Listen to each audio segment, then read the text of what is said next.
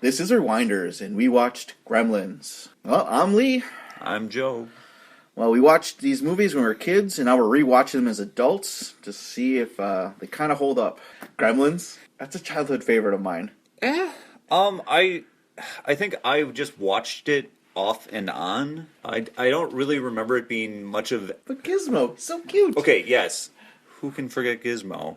But my parents had, a VHS copy from HBO or whatever, and I would watch it maybe once in a while. You didn't have those old records that you would play along with the book, and then it would have scenes, like the sound effects and parts of the movie in there, and they would tell you to turn the page. Yes. That's what I remember a lot, yeah. Maybe watch the movie I had once or stacks twice. of... Now, if we're talking the records in the book... Yes, those, I wore them out, and they probably became dust after a while. What else do you remember? I mean, besides Gizmo being cute, it being scary? Yeah. I mean, that's a given. They have boo scares built in, and plus the Gremlins were little creepy monsters. Oh, the 80s didn't care about scaring kids. It was just, this is in the movie, who cares? Well, what I remember what really stuck out right away was Gremlins. Yeah, you think of Gizmo being cute, but I remember the mom killing the Gremlins in the kitchen, and that being disgusting and gross as a kid. Yeah, the big one I remembered was the spinning one and the microwave one. She kicked some ass. She took out 3 of them. She was basically the poor man Sigourney Weaver. I'm like, okay, she's got the hair. Suddenly she now has the attitude, and she just needs a loader mech and start going to town. Gremlins were everywhere. I remember, plush toys of Gizmo and the little Barbie car that he drove around in later on to save Billy because Billy's incompetent. Well, do you want to do a quick summary of the plot, or should you want me to do that? We can both do one. Do you have one on the top of your mind right now? All right, okay. Small town, somewhere, USA, Christmas time. Billy, our hero, 20-something, basically a loser. Father gives him present for Christmas. It's from a Chinese guy, and it's a little creature. The rules are, doesn't like sunlight, don't get wet, and don't feed after midnight. Obviously, all those things immediately go out the window, and then Gremlins happen, and they start terrorizing the town, and Billy is incompetent, and Gizmo saves the day. Yeah. Okay, that's my summary. Okay, my summary is dumb white people who think they know everything set up a situation that fails immediately and wreaks havoc on everyone, but in the end, everything's smoothed out and no one is to blame. Yeah, we start off with just in Chinatown on a movie set, and this movie takes place in the 80s, but it starts off and it looks like it's in the 40s, 50s. You see Sailor on leave. Yeah. And just racist Chinatown. Yeah. It made me think of Blade Runner a little bit in the fact of it's like all hazy and dark and dank and there's neon everywhere. It really does not fit the motif of the movie at all. It was strange. It's tacked on feeling.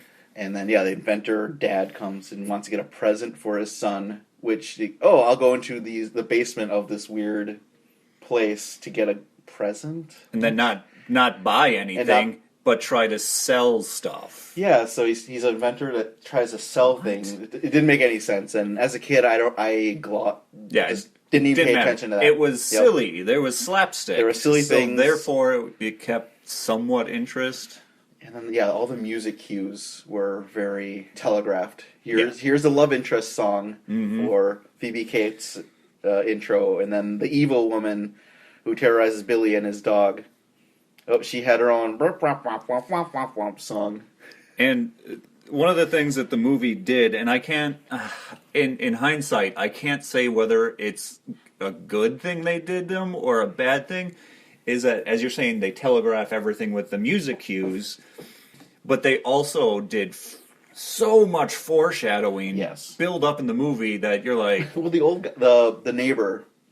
The guy who hated all foreign things because he was a World War II vet, What the guy time next period door. are we in again? Because he did not look like a World War II He vet. said and he's the one who tells Billy about the Gremlins. He said that they came from World War II. He didn't. I didn't get that he was in World War II. I thought he said that he was in World War II. He might have. Well, because it was 80 something, and then that's 40 years. But yeah, yes. Okay, well, whatever.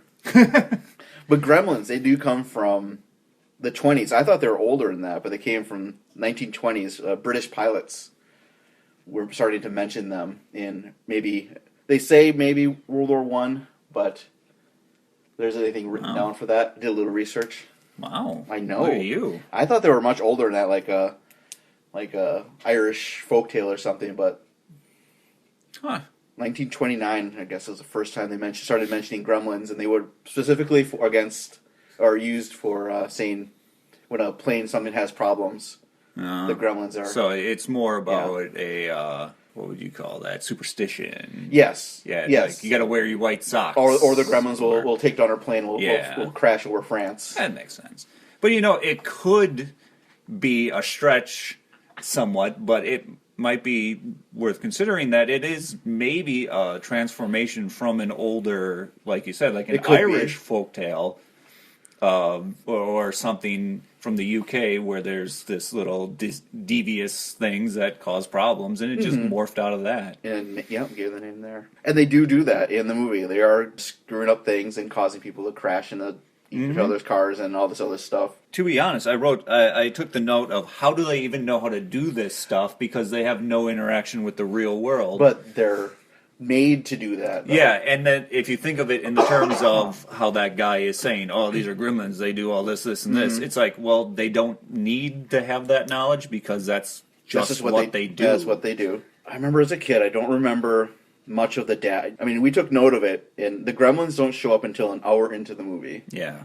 And the movie takes a long time to get going, and you don't. I didn't care. Like watching as an adult, I did not care about the inventions. It just seemed like filler to me. You could chop off 3/4 well, not 3/4, maybe half of the movie. There was so much just nothing happening. So besides Gizmo being cute. Oh, well. Yeah, there could have been more of that. I know. There's more of that. I wrote down that there was the way it felt like to me was that it was a series of skits. And the skits weren't funny. Yep. They just filled time. And then at the end of the movie, it was better because all the skits then were funny and they all kind of worked off of each other. Yeah. And then it was okay. Yep. But up until that, the skits were just kind of like, okay, that was a scene. Yep. That thing happened. The wacky dog with the evil woman neighbor. And then all the skits with the dad inventor were completely fell flat and terrible. Were not funny at all. And didn't remember that as a kid because where are the Gremlins? Where's Gizmo? That's what I want to see. And again, as an adult, that's what I want to see. And once they come, the Gremlins are amazing. Indeed. They're fun. They look great. There's so many different personalities in some of them. I'm also amazed by the level of detail in their puppetry because they're holding things. They're interacting with. You can tell what they're feeling from their face.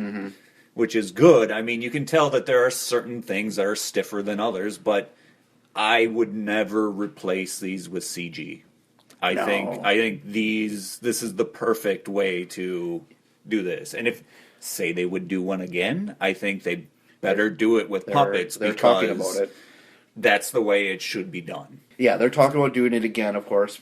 Gremlins 3 or reboot or who knows what they're going to do nowadays. Well, it'd be a reboot, probably. Puppets, they were great. Yeah, a couple times they did stop motion to see them walking all in the group. It looked fine. But most of the time, they were puppets, and then sometimes, even early on, they didn't really show the gremlin too much right away because they wanted the reveal later, and you just see the character looking at it, watching it run away into a vent. But, we forgot. This place was the opening shot in the very beginning. Yep. We both recognized it right away. Like, that's a set for Hill Valley from Back to the Future. There's the clock tower. Yep, and that's the theater where the DeLorean's going to crash into later. Yeah. There's all those things. So obviously a movie set with fake snow everywhere. Yep.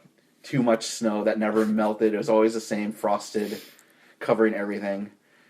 A little over the top, but it's okay.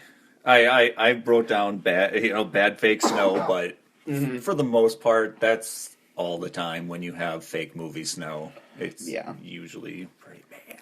The theme song, so we talked about music earlier, but then the theme song hits when the Gremlins hit, and it's amazing. Remember that? They played it at one point that took me by surprise, but they played it in thirds or something like that. Okay.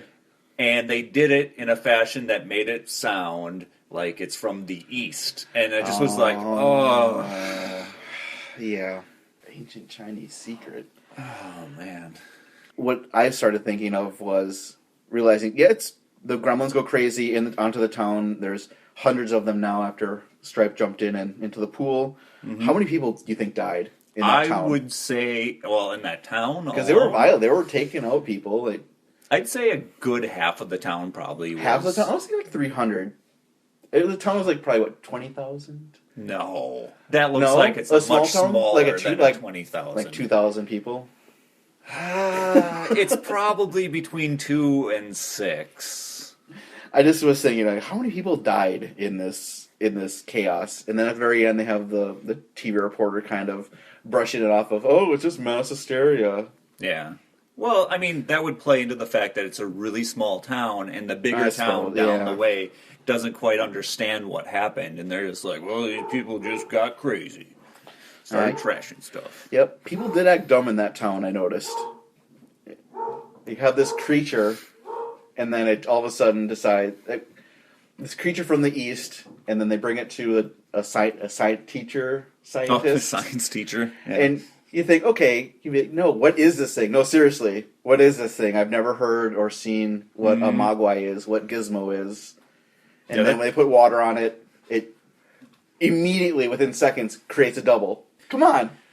Yeah, that's not something you just keep locked up and be like, okay, I'm going to draw blood out of this thing at 2 a.m. What? Yeah, and then he probably had to go to school the next morning at, 6, 7 o'clock. He's there, so he had a late night.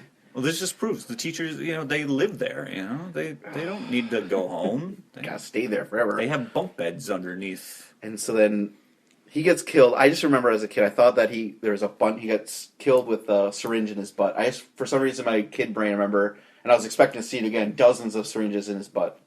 Maybe my brain was thinking that it was overkill or something. That, or you're just a sick kid. I'm a sick kid watching all these. No, this is the 80s. It was a different time. I did remember the syringe, but to me it always made sense because that was like the worst of interactions those two had. So it made sense if he was going to go crazy, maniacal as a gremlin, he'd want to use that back on him. But I still think the movie's good once the Gremlins get there. It's amazing. Yeah. To the point of how ridiculous it is that someone will stay in a bar and serve these things as they are trashing the place and murdering people all across town. I like it. I'm just like, why would you do that? But at the same token, this is entertainment. Well, you wanted to see the gremlin that was flashing her. Well, I didn't say I wanted to see it. So do you think this holds up? Do you think it's still something that if you watch now? I think if you can make it through the first part of the movie, totally worth it. If you want to skip the first part of the movie, you're not going to miss anything. Just remember... You might miss gizmo parts of him being adorable and making faces. And a young Corey Feldman. I guess so. Yeah, I would definitely say watch it. Yeah. Yeah. If you have any direct suggestions for us, or if you want to drop us a message, you can reach us at therewinderspodcast@gmail.com, or we're also on Facebook at The Rewinders, I guess. Guess? I don't know how it works. You go to Facebook, you type in things, then you find it, then you Sounds about right. Comment. All right.